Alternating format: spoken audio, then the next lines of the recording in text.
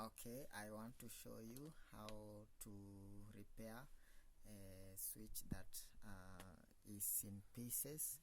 Every piece is out, and I think this one will help you. So the first step is to, also this one is also always out. Okay, so what's that? So this one has to come here, then this will face down and come here.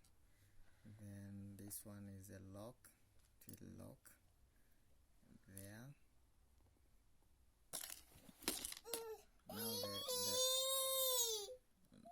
Now there is a big challenge is in this part where the switch come in.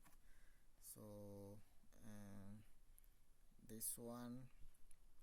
this small part here will have to come on the upper side, and the ends will enter these two ridges. And so I'll show you that way. Then this one, the switch, this switch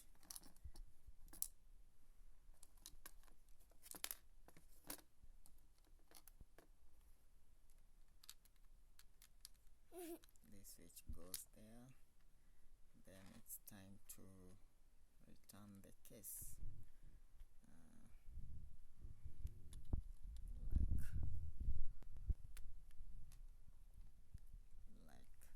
that. Then the switch has to click